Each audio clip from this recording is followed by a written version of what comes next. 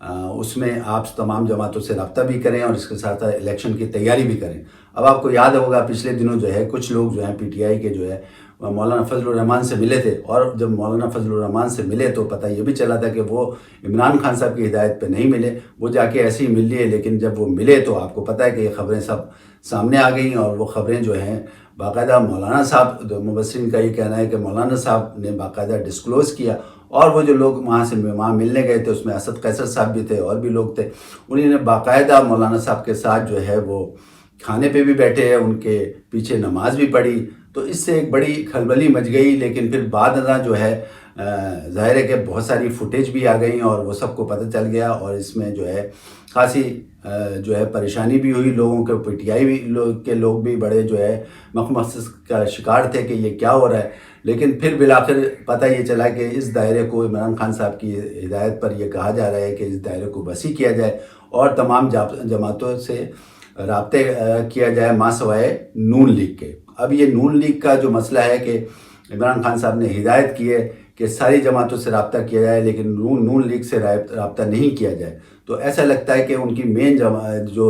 حریف جماعت ہے وہ نون لیگ ہے۔ مبصرین کا یہ خیال ہے کہ یہ وہ جماعتیں ہیں جو پی ٹی آئی کے انتہائی خلاف تھی، اور پی ٹی آئی کو یہ تمام جماعتیں دشمن سمجھتی تھیں، اور پی ٹی آئی بھی ان تمام جماعتوں کو دشمن سمجھتی تھی۔ لیکن مبصرین کا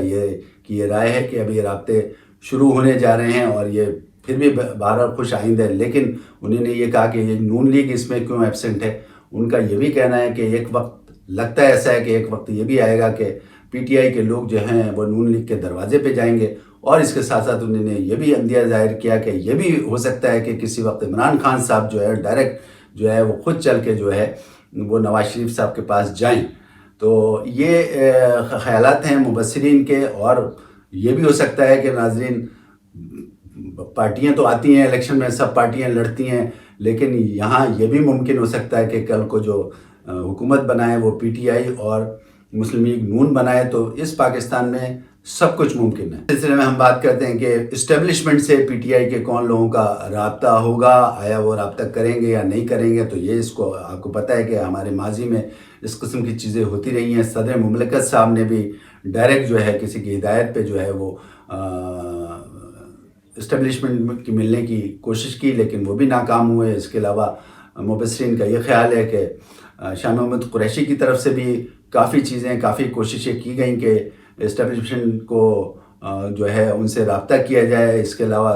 آپ کو پتہ ہے کہ چودھری پرویز الہی کے تھرو بھی ان کے بھی خاصے تعلقات ہیں اسٹیبلشمنٹ میں، انہی نے بھی بہت کوشش کی، لیکن مبصرین کا یہ خیال ہے کہ وہاں سے کوئی بھی ابھی جو ہے اسٹیبلشمنٹ کی طرف سے کوئی جو ہے positive response P T I کو نہیں ملا ہے، اور سر دست جو ہے ابھی تک کوئی ایسا رابطہ دیکھنے میں نہیں آیا ہے، نہ کوئی ایسی امید نظر آ رہی ہے کہ اسٹیبلشمنٹ سے پی ٹی آئی کا رابطہ ہو سکے۔ بات کر لیتے ہیں عمران خان صاحب نے جو الزام لگایا ہے کہ ان کو جو ہے وہ جیل میں مار دیا جائے گا، چاہے وہ سلو پوائزن سے مارا جائے گا، چاہے کسی طریقے سے بھی مارا جائے گا، لیکن ان کا یہ جو ہے وہ دل میں بیٹھا ہوا ہے۔ مبصرین کا بھی یہ خیال ہے کہ عمران خان صاحب کے یہ دل میں ایک گرہ سی بن گئی ہے کہ ان کی جو ہے وہ طبعی موت نہیں ہوگی اور ان کو خدا نخواستہ مار دیا جائے گا، اور اس کے ساتھ ساتھ مبصرین کا یہ بھی کہنا ہے جبکہ ان کو ہر قسم کی یہاں پہ سہولیات ہیں۔ آپ کو پتہ ہے کہ اس طریقے سے اور پچھلے 2 وزرائے اعظم جو ہے وہ گزرے ہیں جن کو اس قسم کی کوئی بھی سہولت نہیں دی گئی۔ مبصرین کا یہ کہنا ہے عمران خان صاحب کے تو کہنے پہ باقاعدہ جیل کو وسیع کر دیا گیا ہے، ان کی جو جیل کی دیوار تھی وہ بھی توڑ دی گئی ہے، اس کے علاوہ ان کو جو ہے باقاعدہ سائیکل دی گئی ہے، اس کے علاوہ واک کرنے کی جگہ بھی دی گئی ہے، ان کو اس کا ٹائم بھی دیا جاتا ہے۔ اس کے علاوہ یہ بھی کہا جا رہا ہے کہ جو اخبار وہ پسند کرتے تھے وہ بھی اخبار ان کو دیا جا رہا ہے۔ اس کے علاوہ یہ بھی کہا جا رہا ہے کہ جو وہ کھانا کھاتے ہیں وہ گھر کا کھانا کھاتے ہیں، اور وہ گھر کا کھانا جو ہے باقاعدہ ان کو پیش کیا جاتا ہے۔ تو مبصرین کا یہ خیال ہے کہ جب اتنی ساری سہولیات ان کو دی گئی ہیں تو یہ اس قسم کا ان کو کیوں خدشہ ہے، یا کیوں اس قسم کی وہ بات کر رہے ہیں کہ خدا نخواستہ ان کو جو ہے وہ جیل میں مار دیا جائے گا۔ مبصرین کا یہ بھی خیال ہے کہ یہ آج سے وہ یہ شکایت نہیں کر رہے ہیں، جب وہ اپنے گھر میں بھی تھے اس وقت بھی یہی شکایت کرتے تھے کہ مجھے جو ہے خدا نخواستہ کوئی زہر دے دیا جائے گا، سلو پوائزن دے دیا جائے گا۔ اس کے علاوہ آپ کو پتہ ہے کہ جلسے جلوس میں بھی وہ یہی شکایت کرتے تھے کہ میری جو ہے موت طبعی نہیں ہوگی اور کوئی مجھے مار دے گا۔ تو اس قسم کی جو ہے وہ مسلسل جو وہ الزام لگا رہے ہیں، اور پھر دوبارہ انہوں نے یہ کہا ہے کہ جیل میں جو ہے مجھے یہ لگ رہا ہے کہ مجھے جو ہے وہ زہر دے دیا جائے گا۔ ناظرین، میں پھر یہ بات کہوں گا کہ عمران خان صاحب ایک مسلم امہ کے بڑے لیڈر ہیں، ایک بڑی پارٹی کے سربراہ ہیں، پاکستان کے وزیر اعظم رہ چکے ہیں، اور ان کے ساتھ اللہ کرے کہ انصاف ہو اور انصاف کے سارے تقاضے بھی وہ پورے کریں۔ تو میری یہ دعا ہے، اور اس کے ساتھ ساتھ جو ہے ان کے ظاہر ہے اپنے خاندان کے لوگ ہیں، ان کی بہنیں ہیں، ان کی بیگم ہیں، ان کے بچے ہیں، وہ اپنے بچوں سے ویڈیو کال بھی جیل سے کرتے ہیں۔ تو یہ سب چیزیں ہیں، اور اس کے ساتھ ساتھ ایک بڑی طاقت عوام کی ہے جنہوں نے ان کو پہلے بھی سلیکٹ کیا اور وہ وزیر اعظم پاکستان بنے۔ تو اب یہ اتنی ساری امنگیں عوام کی ان کے ساتھ ہیں۔ تو میری یہ دعا ہے کہ اللہ کرے ان کے دل میں جو اس قسم کی گرہ بن چکی ہے کہ خدا نخواستہ ان کو مار دیا جائے گا، وہ بھی ختم ہو، اور اللہ ان کو ایک نئی طاقت بھی دے، اور اللہ ان کو حفظ و امان میں رکھے۔